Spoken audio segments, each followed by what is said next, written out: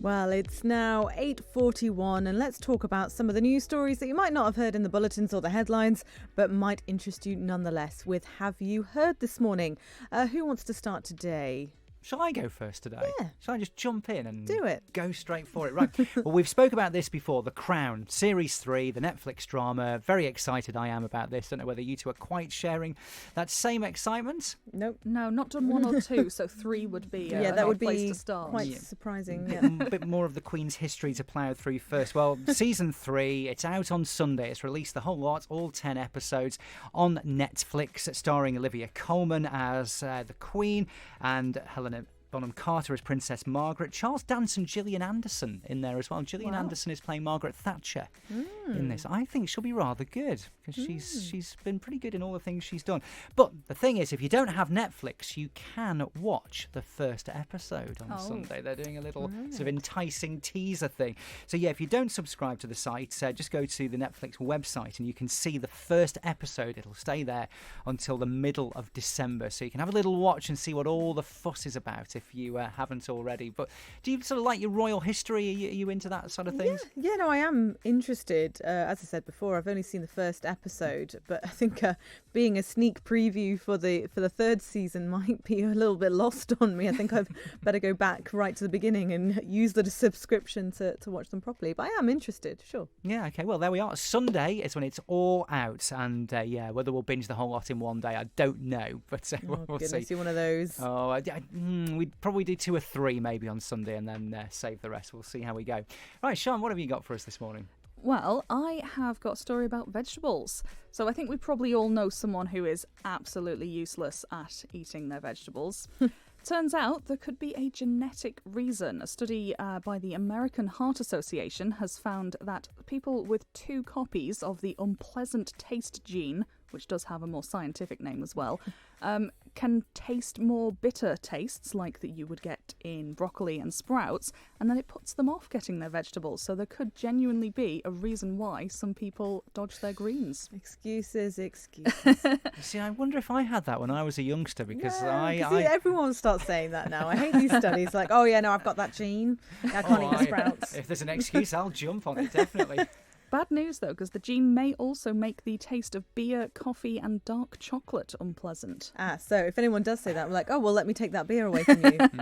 That'll go down well. That's slackened me on that one, hasn't it? But no, I just was one of those, sort of fussy kids. But now I absolutely love veg. That's the thing. I've always loved it, growing up. I think there was always in abundance on my plate, so that probably helped things. I was used to it, but I absolutely have loved veg. There's not much I don't like. Favourite veg?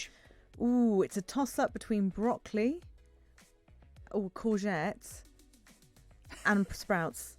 All the green ones. Yeah. I like a good green. Good bit of spinach. I love spinach. Yeah, no, see, that's what I mean. I love it all. The concentration on your face there was Do you know what enormous. I love? You get your cauliflower cheese. Oh, if you do like cauliflower and broccoli cheese, do it with broccoli in there as well. Oh.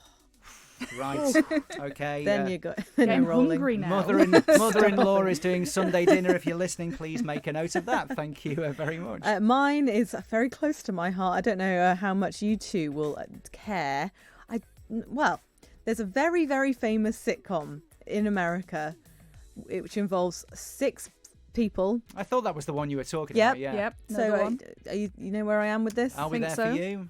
Yes, yes, it's Friends. We're talking about Friends. I thought one of you was going to say it. I was waiting. Well, this is something that has been rumoured forever, since the series finished in 2004. Excuse me. There's been talk and hopes and prayers, I'm sure, for the 6 Friends actors to come back together for a reunion. And there is something like that potentially coming. So they're in talks for a one-off unscripted reunion show. This is according to The Hollywood Reporter and Variety, claiming this special programme would be shown on the new streaming site HBO Max. But it wouldn't fully involve reviving the sitcom. It would be basically getting them all back for, as I say, a one-off unscripted show. So it sounds quite exciting. I think it's good to not try and do a revival. They always fail.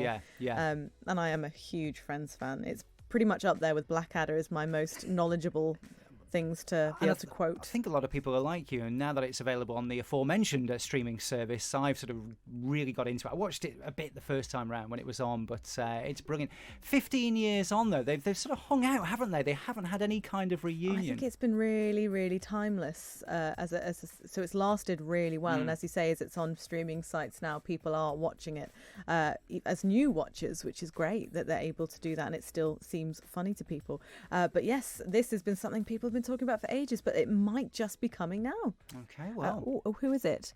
So I think it was Ellen DeGeneres that may have given the game away on this. She kind of is in the know, so that's a fairly reliable source. Well, watch this space.